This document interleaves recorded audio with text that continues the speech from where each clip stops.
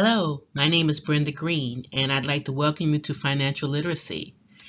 It's an important topic. People don't always talk about it, but I think a little bit of knowledge goes a long way. So I wanted to share with you some of the things that I've learned over the years, and hopefully these will be things that can help you. So let's start.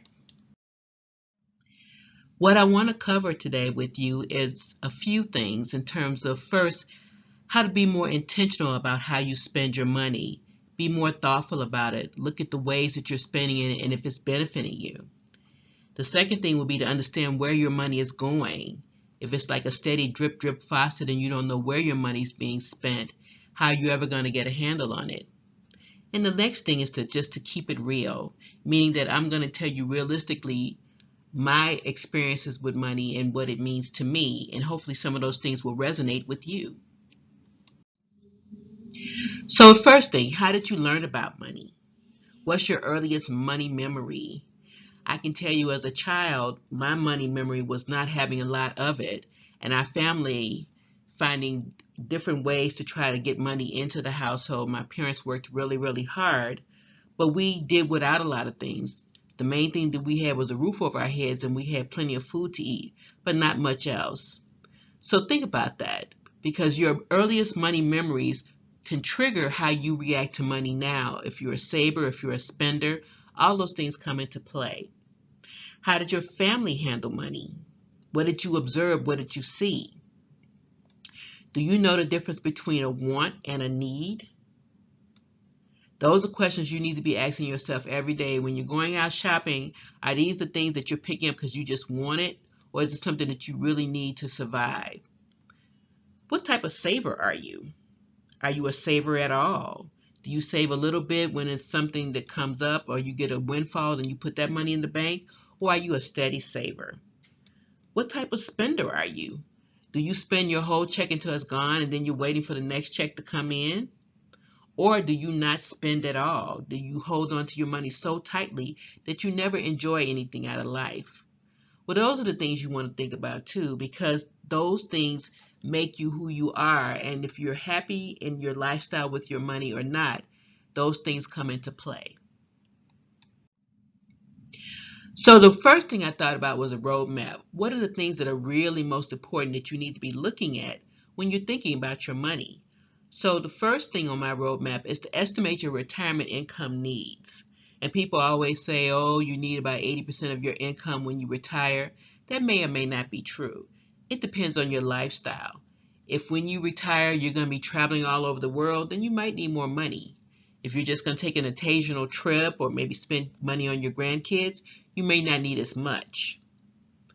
Second thing is to set a retirement nest egg. Think realistically about what you need to have and start working towards that. You also need to calculate the required monthly savings, meaning that how much should you be saving each month to meet that goal. You may start small. You may be saving maybe $100 a month this time. A year from now, you get a promotion or whatever, and you're saving $200 a month. But figure out what that needs to look like. The next thing is to prepare you for financial emergencies. And everybody has an emergency. Your car breaks down, your tire goes out, something always comes up. And so you need to have some money put aside for that financial emergency. You also need to plug holes in your insurance coverage. First off, do you even have insurance? Because I know everybody thinks that they're going to live forever, but the reality is that you won't. So you need to have insurance. The next thing is to decide how much house you can afford. If you're going to buy a house, if you've been saving and you want to get something, I'm telling you, the mortgage people will try to sell you something more than you can afford. They'll tell you that you can afford X when you really know that you can only afford Z. So think about how much money that you need and how much house that you can really afford. Next, aim to retire debt-free. So if you retire with no credit card debt, the house is paid off, then you don't need as much money in your retirement. So make that your goal. Next thing is to decide when to claim Social Security. Everybody thinks, oh, Social Security, I'll do it when I'm 62 to get it right away. The longer you wait, believe it or not, the more money you get. Every year past the age of 62, it goes up about 8%. Where can you get money like that? Nowhere. So if you can hang on to your full retirement at 66 and a half, then do that. If you can go even longer to 70, even better. And then the last thing, give some thought to your heirs. Meaning that, is there something that you want to leave behind for your children? And it may not always have to be money. It could be advice. It could be living a life worth living that your children will want to emulate. But think about what you want to leave for your heirs. Did you know that people typically spend so much money every year on family? Because people have their hands out, they need things, they want things. Sometimes people have grown children living in the house and they're supporting them. On average, and this is a U.S. average, people spend over $6,500 a year giving loans to these people. If you're one of those people, think about that money that you're giving to them. Is it really serving a purpose? Is it really helping them? It may not be helping you because it's taking money away from your income and your retirement savings. So think about how you're distributing money. Think about why you're doing it. Your finances. As life expectancy increases, Americans have to fund their retirements a lot longer. When Social Security was originally created, people assumed that after 65, folks would probably die before they hit 70. So it was great to have a Social Security system put in place because people wouldn't be taking a lot of money out of it. Well, guess what? Life expectancies have gone up, and so people may live 30 years after they retire. So you should be thinking about how much money you're saving. People will tell you, and this is a statistic, that 25% of the people out there are saving heavily for their retirements. But the reality is that only about 5% are really saving the way they should. So take a look at your finances and think about places where you can make those inroads to save more money. You've heard FICO, FICO, FICO all over the place, but how many of you really know what a FICO score means? Well, your FICO credit score is a score that's a system that's used in the United States to determine how good your credit score is, and it's based on 5 factors. It's based on how much you owe, the type of credit that you've obtained, any new credit that you get, and the length of your credit history. So if you've had a credit card for 10 years, that length of history shows on your FICO and it increases your score. And your payment history, and that's 35% of your overall score. So if you're paying every month on time with no issues, that builds your credit score. If you pay your bills off every month, it builds it even more. So those are the things that encompass your FICO score. The meanings for these, your FICO score, and it indicates to anybody who's trying to loan you some money what the score means to you and to them. So if your FICO score is less than 640, that's considered a very low score, and you can struggle to try to get credit. People may give you credit, but they're going to charge you a higher interest rate for it. If your score is anywhere from 641 to 680, this is a pretty reasonable score, and you can get a better interest rate. Now, if your rate is from 681 to 720, this is considered a good score, and you should get a good credit score or credit lines. If your score is above 721, this is considered excellent, and you should have no problems whatsoever trying to get credit. If you go to a lender and you know your score is over 721 and they're trying to give you a high interest rate, there's something else going on there, because it's certainly not about your rate. So tell them, this is my rate and I expect a better score, and I expect a better interest rate from you. If they don't give that to you, then go somewhere else. I talked earlier about a need or a want, if you understood the difference between those. So let's take a look at, I have a list of things here that I consider needs or wants. Maddie Penny, that's a want. Cable, believe it or not, that's a want. Although people swear by their cable and they don't want to live without it, but it's a want. Basic phone service, that's a need. You need to be able to communicate. All kind of emergencies can come up. You need to have a basic phone service. It's not talking about all the bells and whistles, but something basic. Starbucks, it's a want. Health insurance, it's a need. because people think we're never going to get sick, but guess what? You're in the hospital systems from the moment that you're born. If you're born in a hospital, if you die in a hospital, you need health insurance. Child support, that's a need. People need to be able to pay for good child support so that they can go to work. Child care, it's a need. Birthday presents, believe it or not, it's a want. You might be saying that's cruel not to give children a birthday present or whatever, but I talk about that a little bit later in terms of what category that fits in, but it really is a want. Mortgage, your rent, that's a need. Gym memberships, that's a want. People might say, but I need to exercise. Yeah, you do, but it doesn't need to be in a gym. After school activities, that's a want. Yeah, we want to keep our children active, but that costs money, and that's a want. Years ago, I talked about financial literacy with a group of people, and I shared this spending wheel with them. And I actually got this from the Oprah Winfrey Show when they did the Debt Diet shows. And it basically broke down the categories of where people need to be spending their money. And over the years, people have used this, but I'll tell you, I found something that was a little more streamlined because this can be really complex. So what I did was something else. I read a book by Elizabeth Warren and her daughter called All Your Worth. And it basically talks about a budget, building a lifetime money plan. But if you look at their spending, so much simpler. It's broken into three categories: the essentials, savings, and lifestyle choices. So the essentials would be your housing, your utilities, groceries, and transportation. 50% of the income that you bring home, and I'm not talking about your gross income, I'm talking about your net after taxes are all taken out. 50% of that should go for housing. So if you are in a house and you're spending more than 50% of your income just to live in there, you're house poor, because that's more house than you can afford. And that's something that we talked about earlier. 20% should go for savings and retirement. Typically, people say save 10%, but I explain to you why it's the 20%.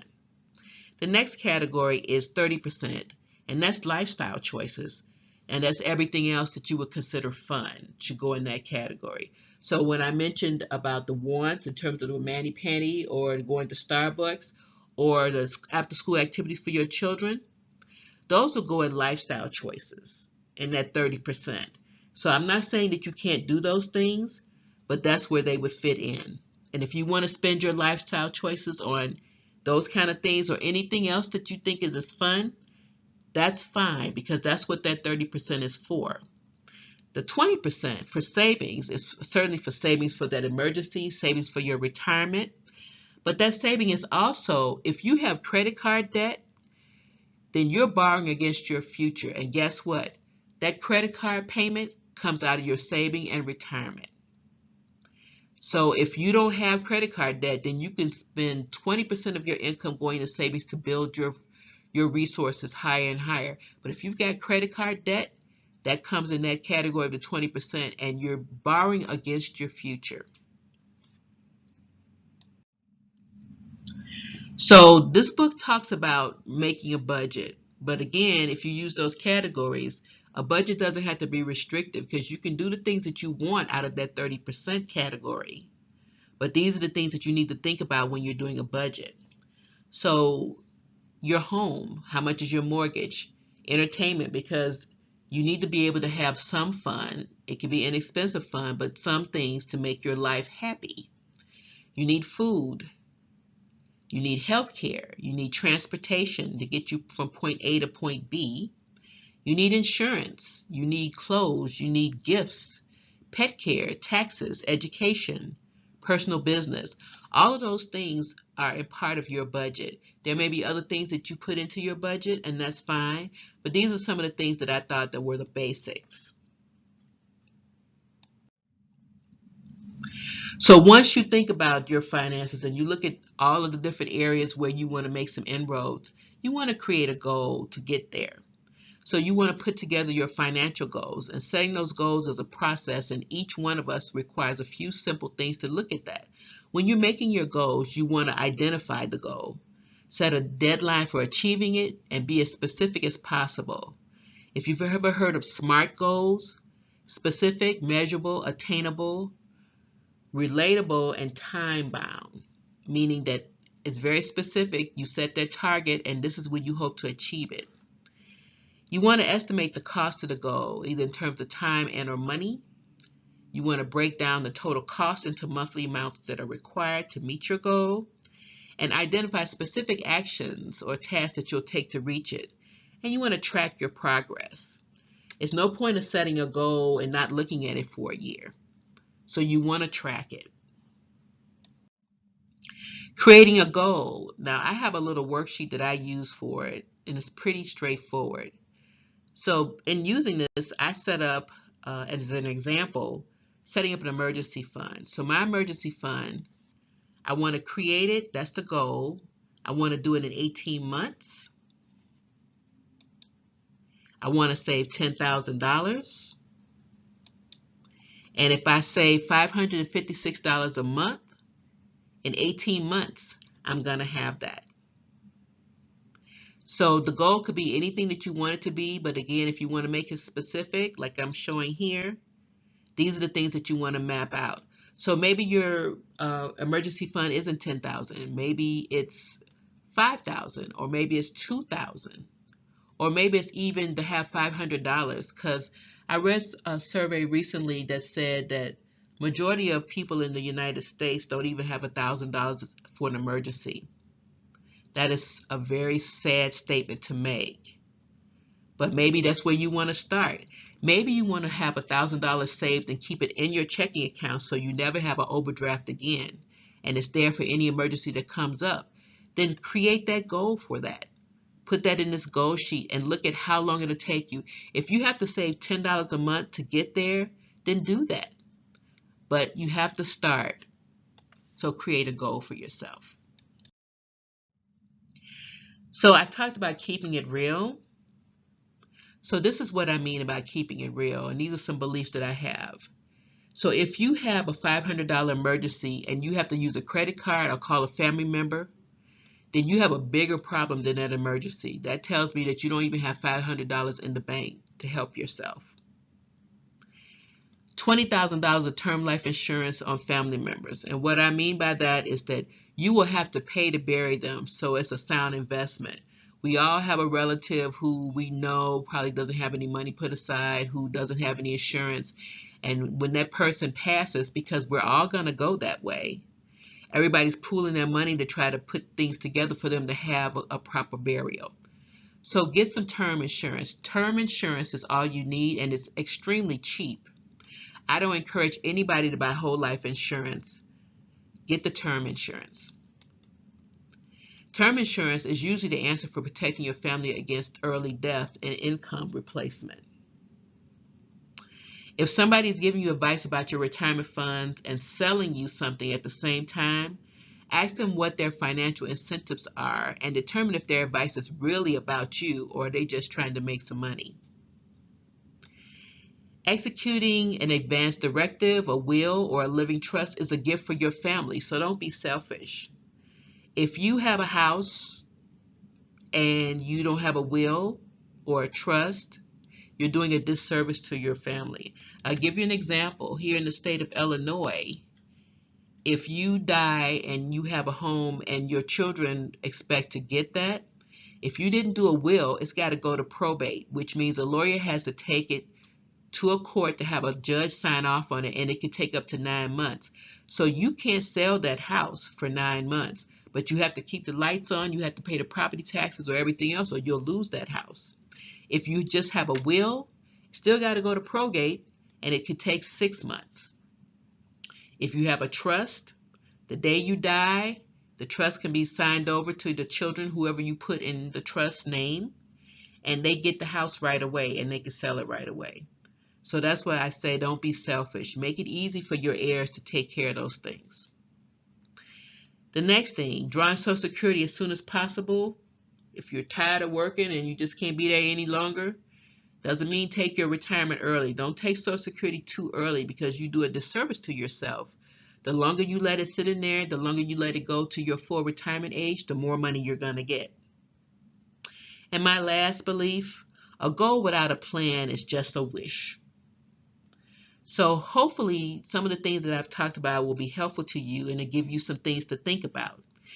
If you want to make comments about this or you have questions, don't hesitate to reach out to me. I'd be happy to answer you. Thank you so much and have a fabulous day.